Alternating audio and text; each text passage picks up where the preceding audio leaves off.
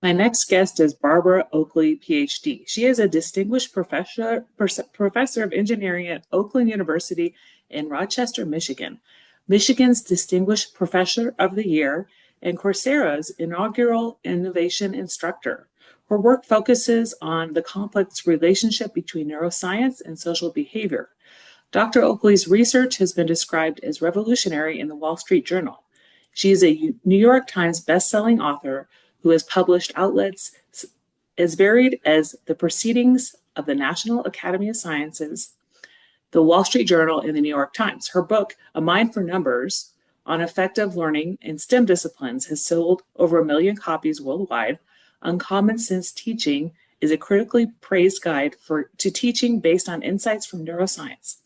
Dr. Oakley has won numerous teaching awards, including the American Society of Engineering Education's Chester F. Carlson Award for Technical Innovation in Engineering Education, and the Institute of Electrical and Electronic Engineers William E. Sayle II Award for Achievement in Education. Together with Terrence Sejnowski, the Francis Crick Professor at the Salk Institute, she co-teaches Coursera's Learning How to Learn, one of the world's most popular massive open online courses with some 4 million registered students, along with a number of other leading MOOCs. Dr. Oakley has adventured widely through her lifetime. She rose from the ranks of private to captain in the U.S. Army, during which time she was recognized as a distinguished military scholar. She's also worked as a communications expert at the South Pole Station in Antarctica and has served as a Russian translator on board Soviet trawlers on the Bering Sea.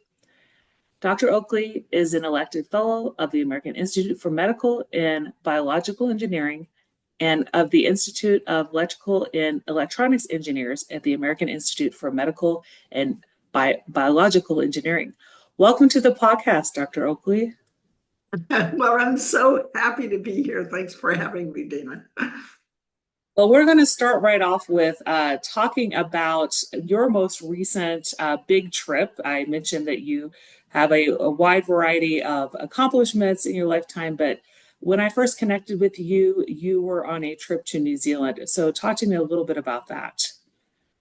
Oh, okay. So my husband and I spent about 6 months in New Zealand, and I spoke all around the country and really got a good sense of the challenges that teachers in New Zealand are experiencing, and also of the really fantastic efforts to change and improve. And so it was awesome to have the chance to live in a country and just really, kind of feel the air, feel the vibes, feel what people are doing, speak at all levels, from top banking officials to small community schools. So it was a wonderful trip. And my most recent trip, actually, though, I went from Mexico City to Santiago, Chile, to Tokyo, to Singapore, to Yerevan, Armenia, to Hail, Saudi Arabia, to Dubai, and then Boston. And now I'm back home in Florida, and I'm happy. Yeah, I have the travel bug as well, but being tied to a regular job at a school, I'm not able to travel for that long. But I envy, the ability to stay, like you said, stay in a country for a while. And I visited New Zealand myself 25 years ago. So yeah, it's a beautiful country. We'll talk a little bit about some of your most recent writing that I have linked in the show notes. So you wrote an op-ed published in the Wall Street Journal on September 16th of this year, which is called Censorship Hurts Our Brains. First of all, I wanted to ask, so you argue in the op-ed that censorship isn't just a political or ethical issue, but it also has neuroscientific consequences for how the brain functions. Could you walk me through how diminished exposure to dissenting ideas might change neural writing or habit formation in the brain? So if you think about it, Let's say that a small child grows up within a cult and they are exposed to only the beliefs of the cult. And let's say that perhaps the cult has meetings 10 times a day during which you reaffirm the basic tenets of the cult over and over again, starting from when the child can really first begin to speak. What this does is it sort of, there's a part of the brain that's involved in our habits. That's why once you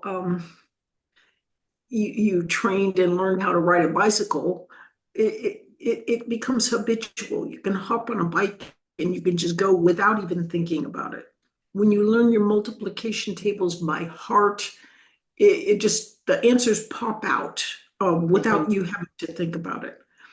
Well, if you grow up in some sort of isolated or quasi-isolated cognitive environment, you don't get used to people who think differently than you. Mm-hmm. And it can be very difficult to grapple with that kind of thing. In fact, it becomes easier to say, well, those people must clearly be evil. And one thing I have found in traveling around the world, all through as growing up and so forth, is that people who end up, for whatever reason, moving a fair bit and having to, or at least a couple times, being exposed to different cultures, they tend to be a little bit more open and flexible to people who think differently than they do.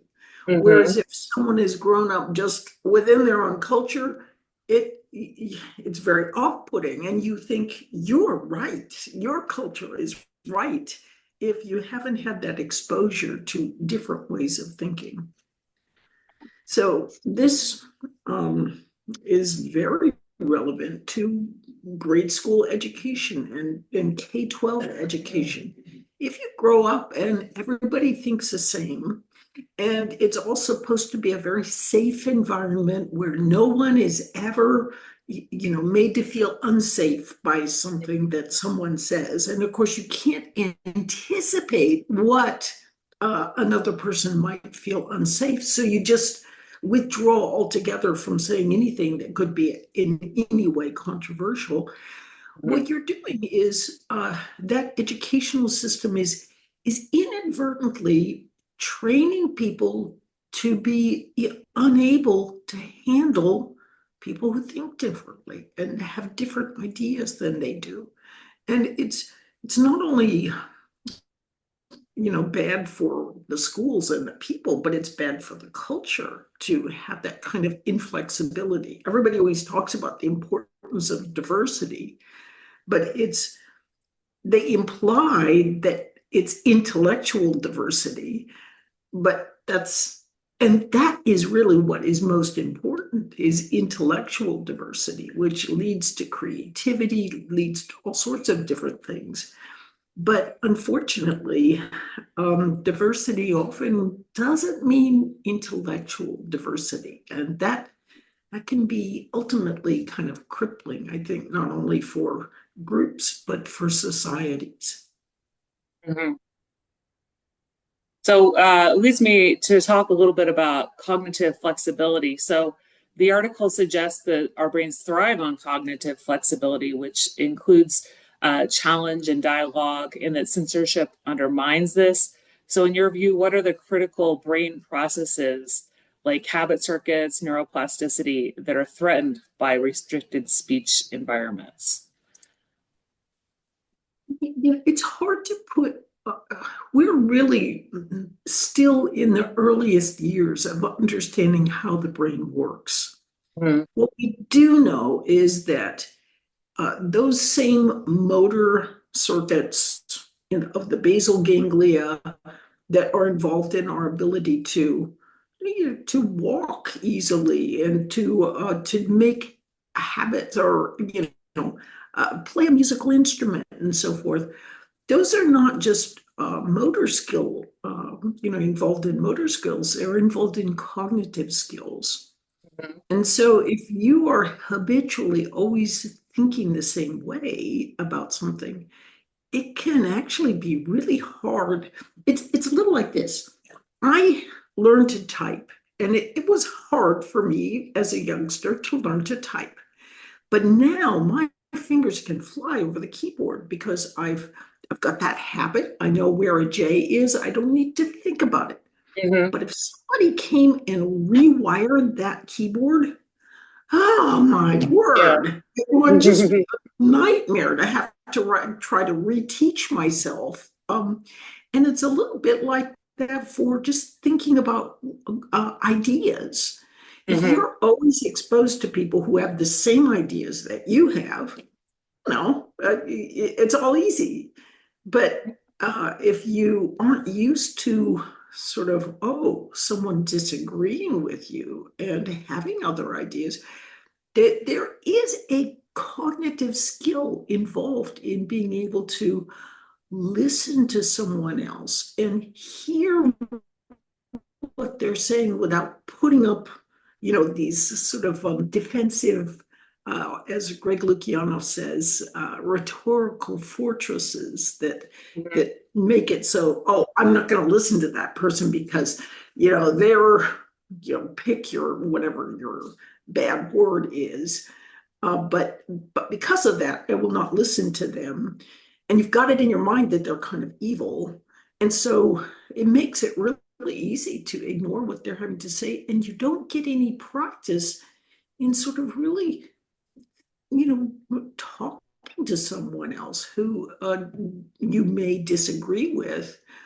And that's a skill. It's a skill like any other skill. And if students are not taught to practice that, then it's not a good thing for society.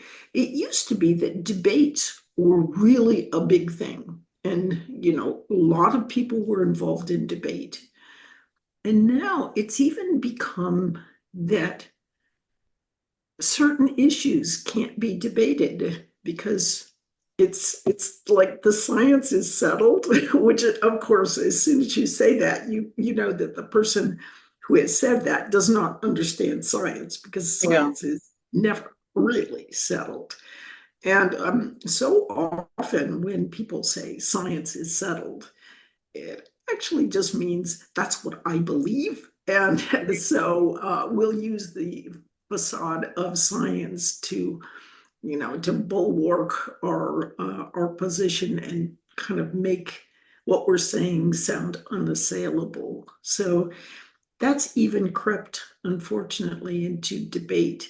And also in school systems, there's much less emphasis on teaching about the scientific method, Mhm. which is, and that scientific method is a way of rigorously analyzing disparate ideas and seeing who's right. And that's really been backpedaled, more along the lines of, well, let's just try and see different perspectives instead of analyzing, what those perspectives are and whether someone might have a better point than someone else. So I don't know, it's like in the last 20, 30 years, 40 years, school systems have gotten woollier and, less, in some ways, the ways that they teach children cripples their ability to learn. Mhm. And Mhm. and we see this as well in their backing off of teaching um, ideas related to how to speak to people with whom you disagree. Mhm. Mhm. Well, that leads to my next question, which was about schools and workplaces, social media platforms, etc. So they claim they're protecting people by limiting or moderating speech. But from your research, how do we distinguish between legitimate protection against harm and the kind of censorship that harms cognitive function? Where is that line? There isn't one. There is no such line. In fact, so very often through history, um, totalitarian governments and so forth have thrown up this idea that we are totally for free speech, unless it harms Soviet socialist society. Mm-hmm. And then their definition of harm for Soviet socialist society can change to however they want. Mm-hmm. And likewise, if you don't like an idea, you can simply accuse someone of being racist. Even if you are concerned, for example, that a project is going to cost $100 million and actually there's no science to show that it's efficacious, well, all that needs to be done to shut you down is to accuse you of being racist. Mm-hmm. And then, so if racism, if misogyny, if anti whatever is something that is not allowed to be said, well, then that is where people will aim to put that label on you if they do not want to hear what you're saying. Mm-hmm. So that's one way that the US, I think, is. We've been very fortunate as a country in that we don't have a lot of belligerent neighbors right next door. We have some Mm-hmm. very nice neighbors, and we haven't had to worry about things like, a major country trying to take us over or something like that. And I think that is part of why we've developed very strong protections for free speech. Mm-hmm. Um, and but um, but we can lose those protections. The societal support for free speech only stays as long as people actually understand that free speech is something important to do. Mm-hmm. And if a culture starts thinking that, oh no, free speech is okay, except in cases of racism or misogyny or something like that, then all of a sudden you've got this insidious ability to shut down free speech whenever you want to. So it's, you just have to be really, really careful, because any attempt to make a line of free speech is okay, except for something that could somehow hurt somebody's feelings, that's how free speech can start to be shut down. Mm-hmm. Mm-hmm.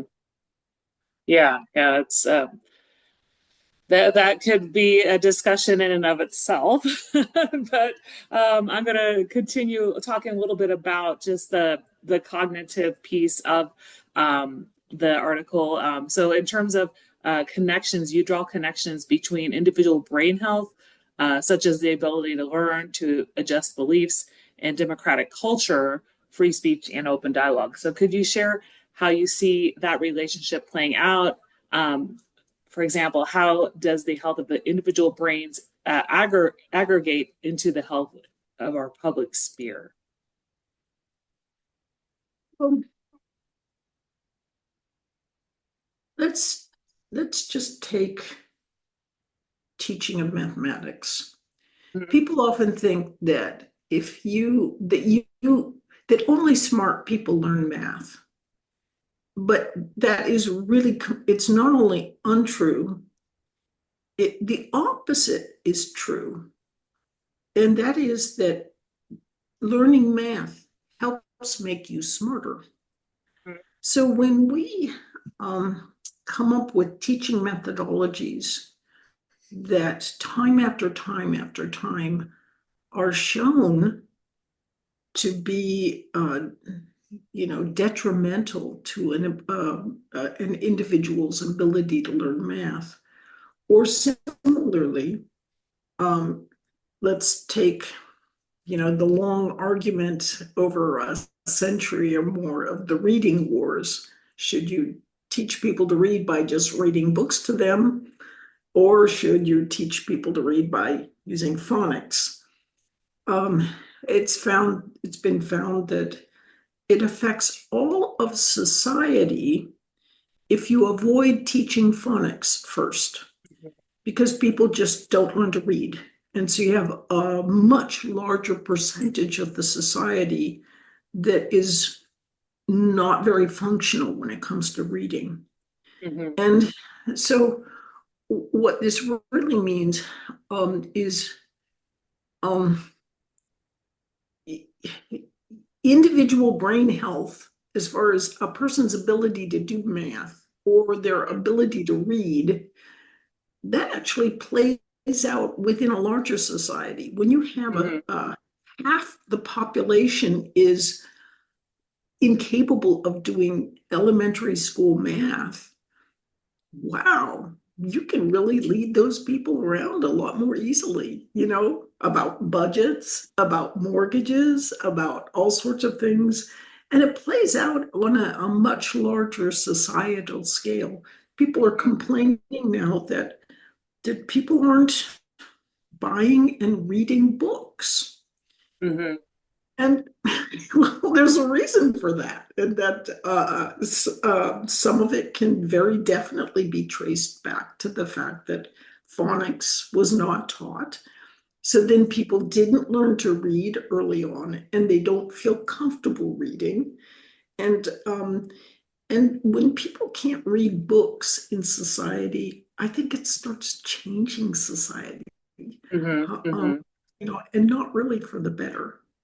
Mm-hmm. Mm-hmm. Mm-hmm.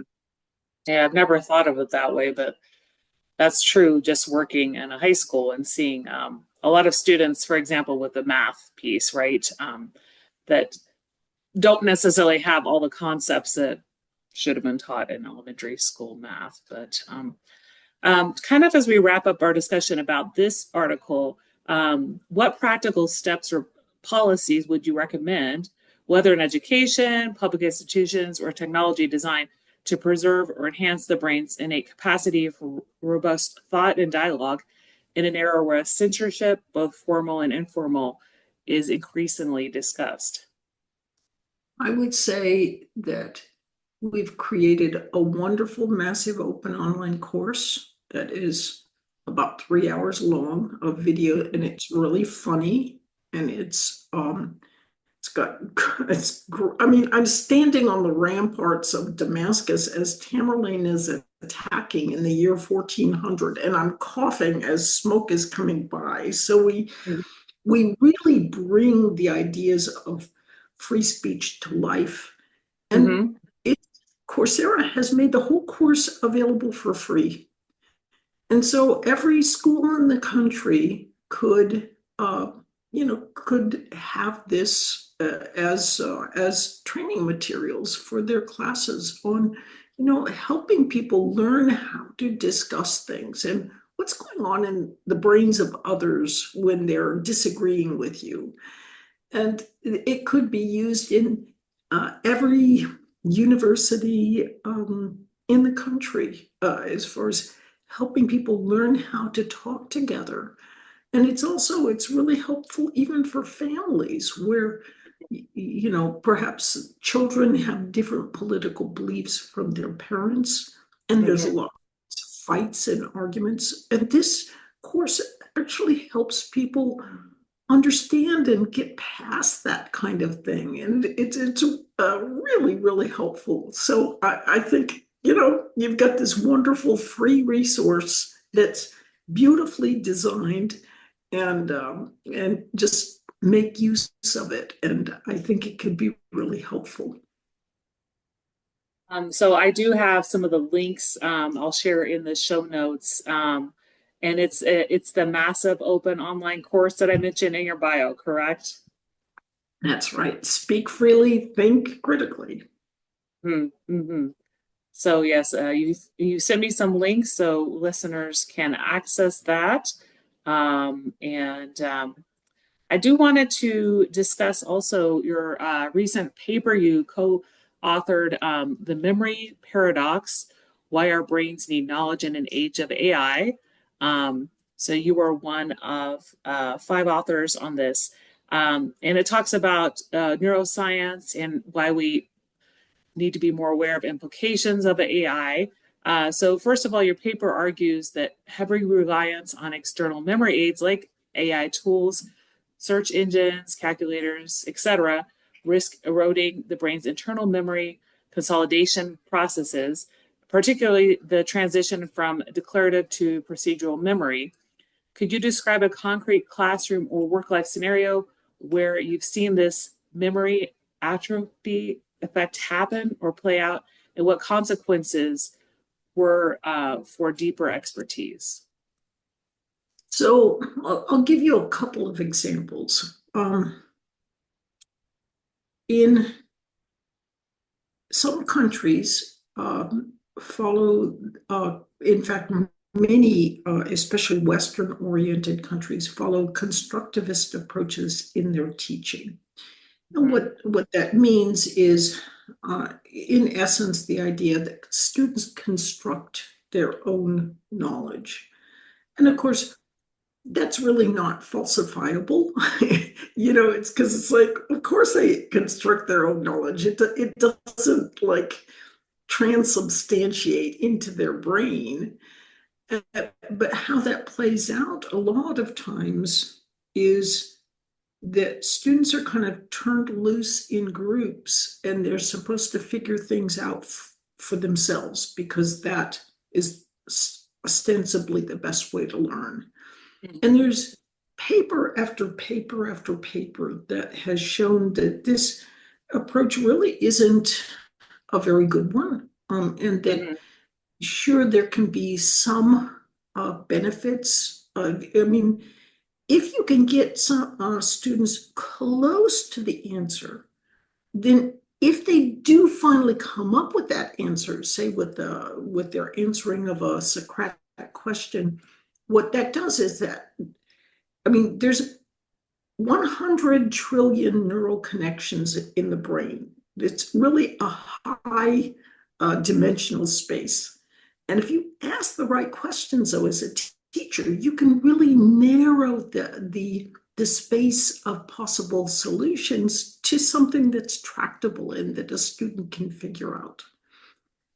But what I really want to get to is, say, in Finland, what they're finding is that Finnish nursing students, in some situations, can endanger patients. Why? Because with constructivist approaches, it's thought that you just need to have a conceptual understanding, for example, of what mathematics is, because you can, or multiplication tables, because you can always look it up. And so you don't really have to internalize the multiplication tables.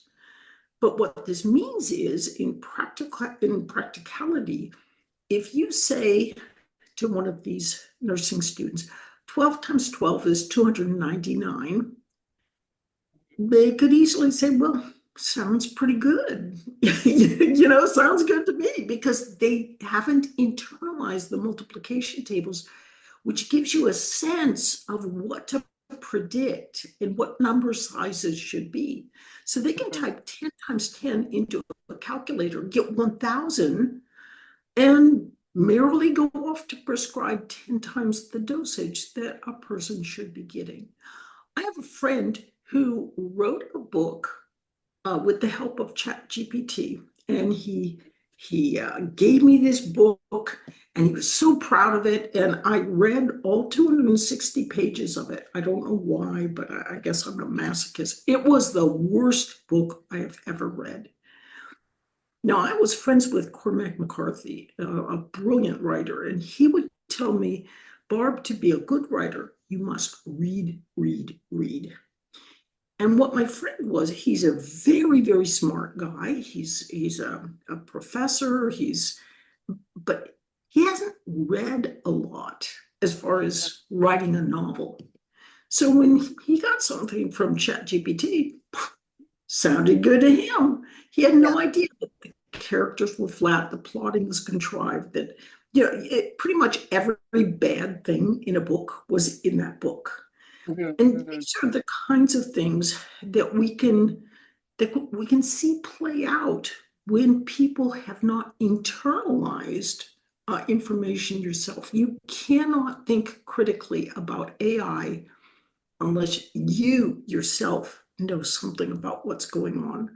I like to say AI shows, but I'm the only one who knows.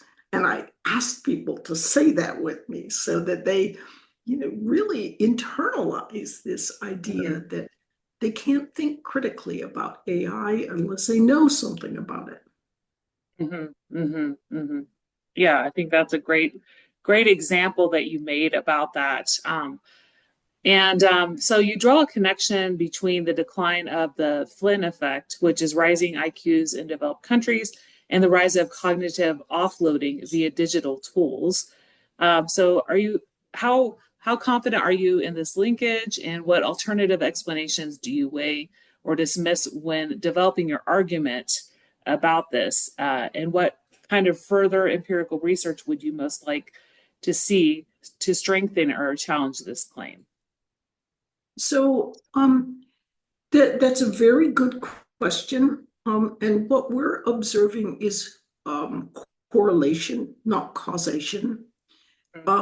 But what is interesting, and we are pursuing this further, is that you see this effect most strongly in Western-oriented countries that have adopted a constructivist approach.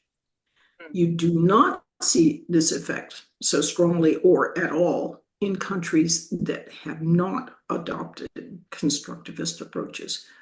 That's rather telling. Could there be other possibilities? Absolutely, but this is what we're looking further into. So in the chapter where you critique discovery-based or minimally directed pedagogies in favor of explicit teaching of knowledge and structure of retrieval practice, so as someone designing learning experiences, how would you advise educators to balance fostering critical thinking or creativity with the need to embed strong internal knowledge schemas? I think you have to look very carefully at how you have phrased that. You've made it into, you've either got strong internal knowledge structures or you've got critical thinking and creativity. Okay. And that's a false dichotomy. Yeah. The reality is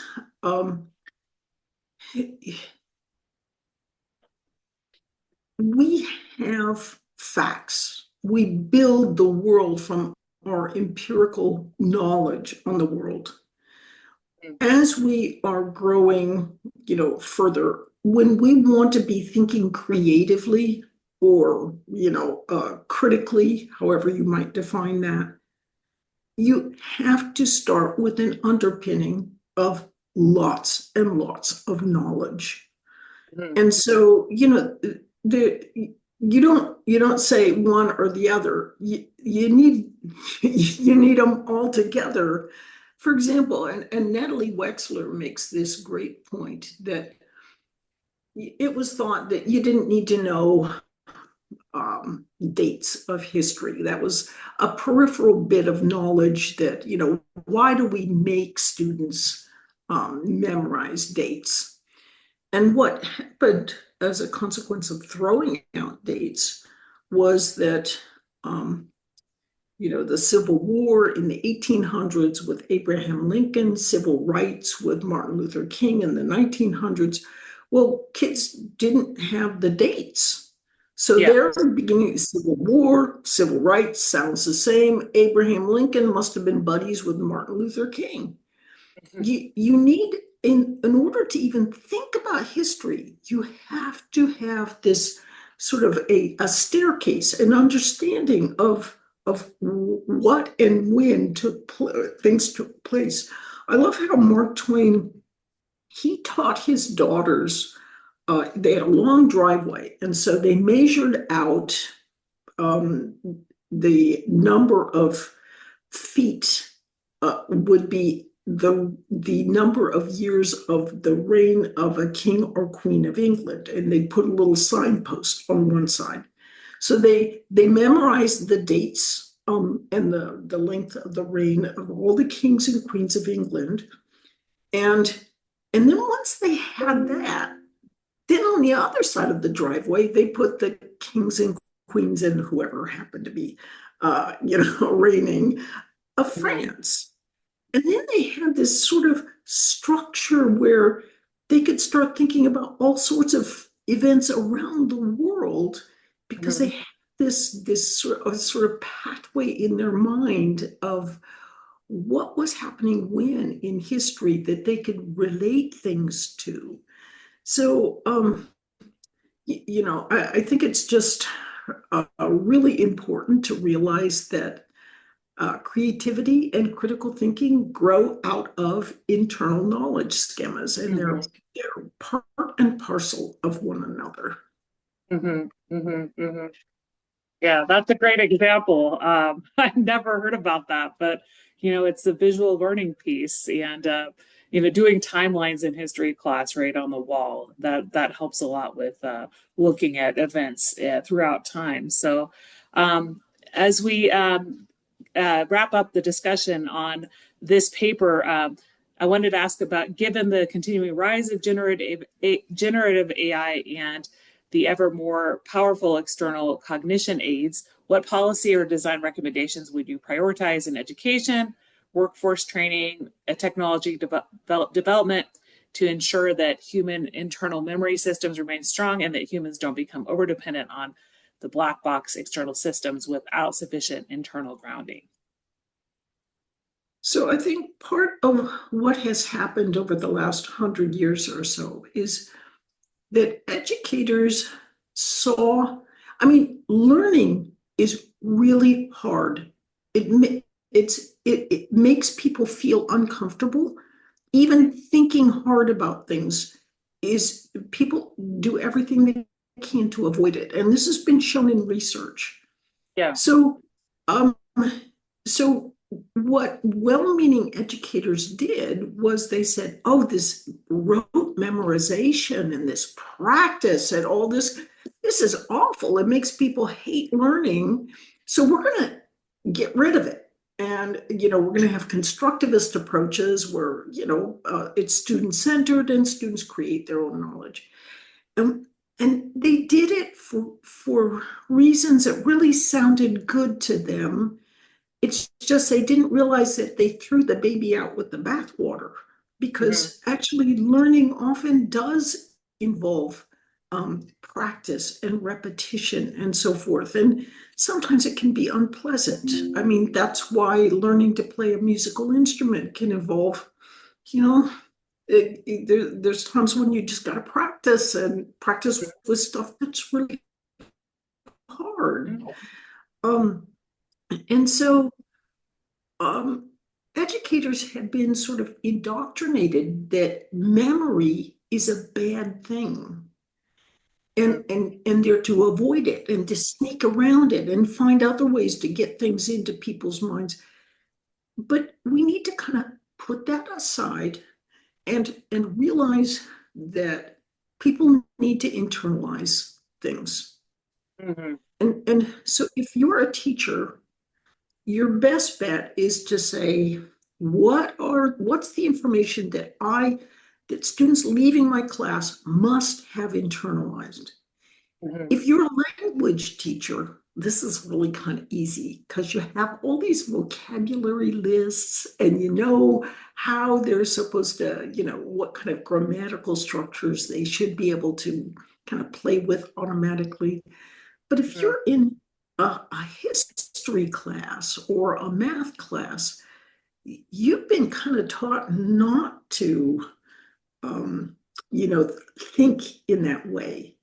But I think in this new day and age, we've been taught, oh, it's all student-centered learning, which incidentally demeans the vital importance of great teaching and of teachers, and that teachers should just be the guide on the side, not the sage on the stage. But the reality is, teachers today need to sometimes be the sage on the stage, sometimes the guide on the side, but always guardians of knowledge, that when students leave their classroom, they have to have some internal representations which the teachers, and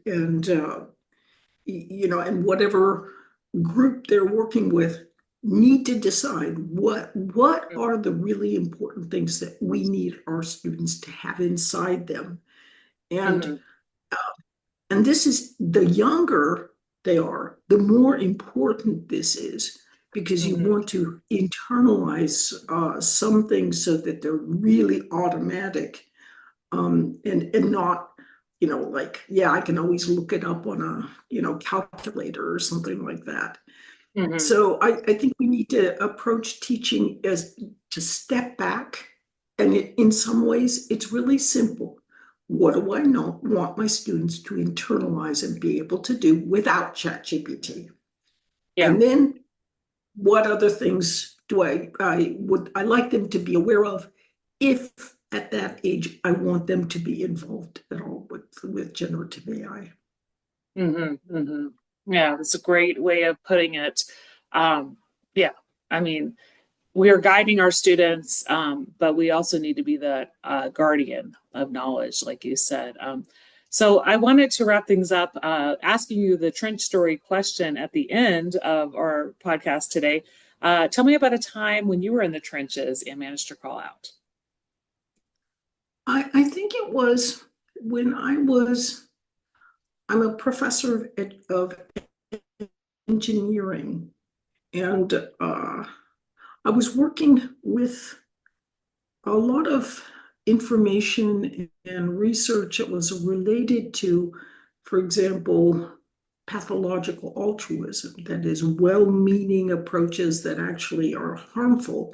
I published in the Proceedings of the National Academy of Sciences, did an edited book for Oxford University Press, and unfortunately, this work was used as an excuse to deny my promotion, because I just wasn't being a conventional engineer. And it was really kind of heartbreaking for me, because I had wonderful reviews and I'd still kept up with my engineering research and so forth.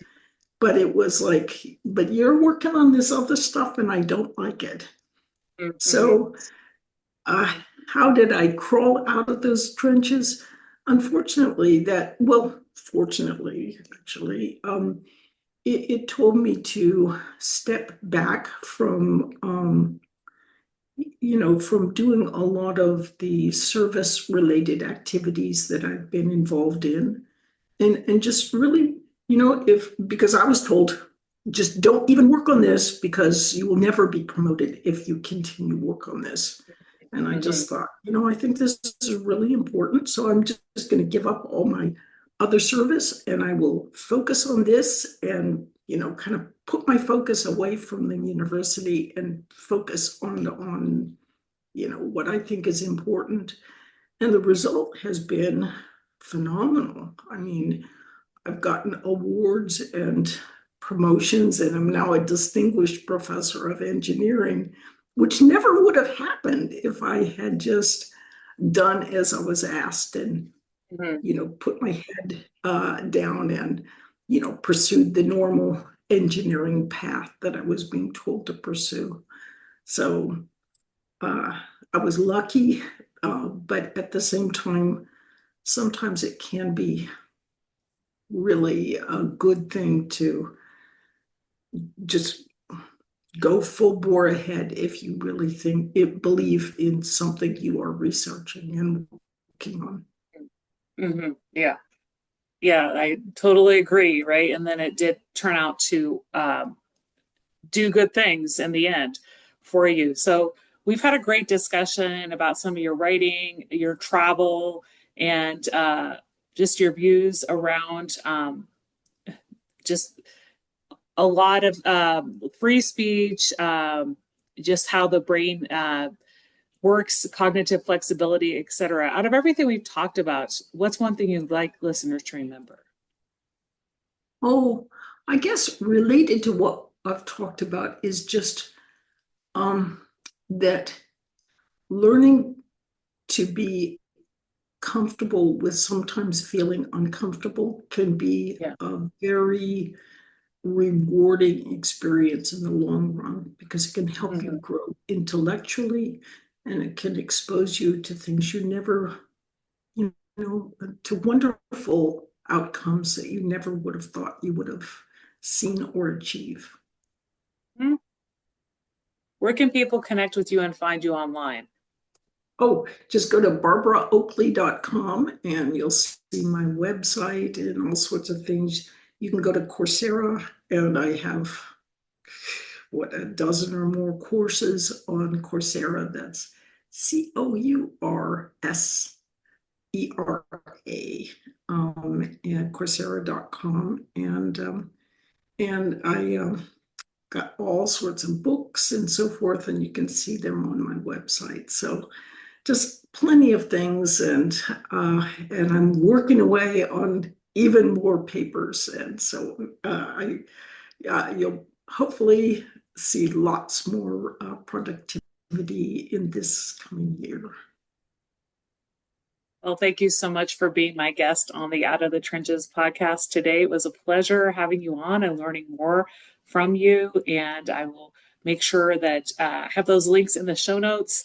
Have a great rest of your day. Okay, well, thank you much, Dina.